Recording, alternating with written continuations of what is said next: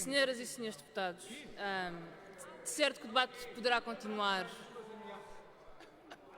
Ameaça, já vamos aí.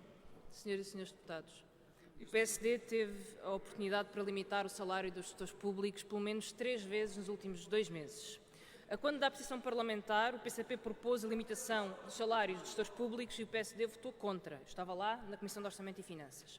No Orçamento do Estado, o Bloco de Esquerda propôs a limitação de salários dos gestores públicos e o PSD inviabilizou essa proposta.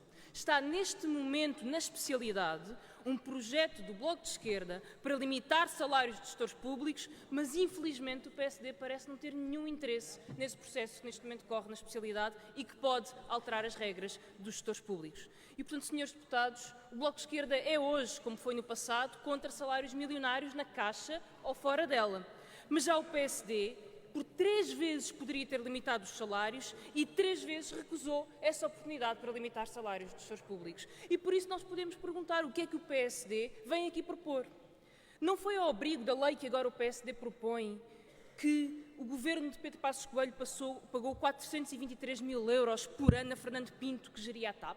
Foi ou não foi essa lei que agora vem propor que permitiu um salário de 420 mil euros por ano a Fernando Pinto na TAP?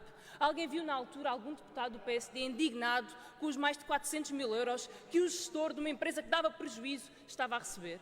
Alguém na altura ouviu algum deputado do PSD levantar a voz quando Sérgio Monteiro foi para o Banco de Portugal receber 30 mil euros por mês, 400 mil euros por ano para vender o novo banco? Algum deputado do PSD se lembrou de questionar o conflito de interesses que seria um quadro dirigente da Caixa, que é Sérgio Monteiro, a vender um banco concorrente, que é o Novo Banco?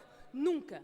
Nunca ouvimos uma palavra do PSD sobre esta matéria. E por isso, é ou não é legítimo perguntar porque é que aqueles que nunca se preocuparam com a limitação de salários no passado se mobilizam agora como se fosse o combate das suas vidas? Porque é que aqueles que decidiram o salário de Fernando Pinto e aqueles que protegeram Sérgio Monteiro se dizem agora indignados com o salário da Caixa Geral de Depósitos? E por isso, senhores deputados, é também legítimo responder que é oportunismo político. É puro e duro. É oportunismo político sem olhar a meios e sem olhar a consequências. E as consequências são, sim, a fragilização em público da Caixa Geral de Depósitos. E por isso o que está em cima da mesa não é sequer a limitação de salários nem a recapitalização da Caixa. O que está em cima da mesa é a desorientação política do PSD. Porque o que o PSD espera, com muita força, tem muita esperança, é que se fizer muito barulho sobre todos os casos da Caixa Geral de Depósitos, ninguém perceba que durante 3 meses o PSD não teve uma visão alternativa para o Orçamento do Estado.